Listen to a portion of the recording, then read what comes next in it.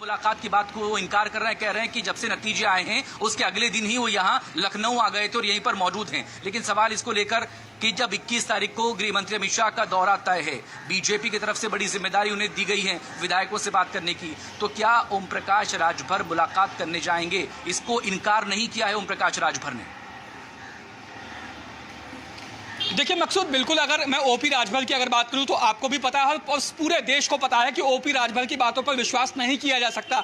उसका सबसे बड़ा कारण यह है कि 2017 में आप देख लीजिए, पहले बीजेपी के साथ थे, उसके बाद वो बीजेपी से अलग हुए और 2022 के चुनावों में वो असदुद्दीन ओवैसी के साथ आए और उसके बाद उन्होंने असदुद्दीन ओवैसी को धोखा देकर समाजवादी पार्टी के अखिलेश यादव के साथ चले गए और अब एक बार फिर वो बीजेपी के टच में है, ऐसा सूत्र हमारे कंफर्म कर रहे हैं। मैं आपको फिर बता रहा हूं कि मेरे जो सूत्र कंफर्म कर रहे हैं वो ये कह रहे हैं कि पिछले एक हफ्ते में ओपी राजभर 2 बार अमित शाह से मिले हैं, 2 बार उनकी मुलाकात हुई है बीजेपी के शीर्ष नेताओं से।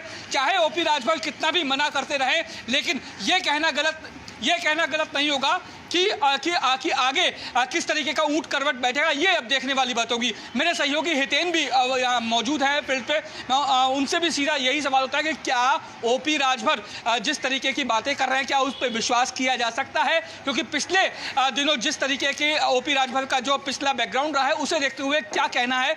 हितेन मेरे सहयोगी मौजूद हैं। हितेन, क्या कहना है आपका?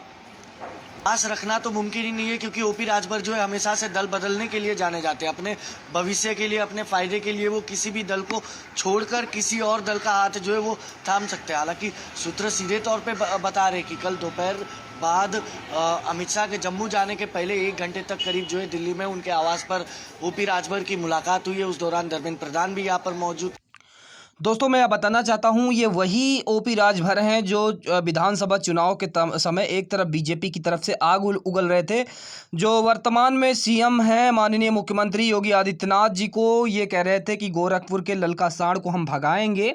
लेकिन राजनीति ने एक बार फिर से करवट ली है। ऐसे दल बदलू शासन जिनको अपनी भाषा, अपनी बोली पर कोई भी ये कह सकते हैं पक्का विश्वास नहीं रखता कि आज हम क्या करने वाले हैं, कल क्या करेंगे।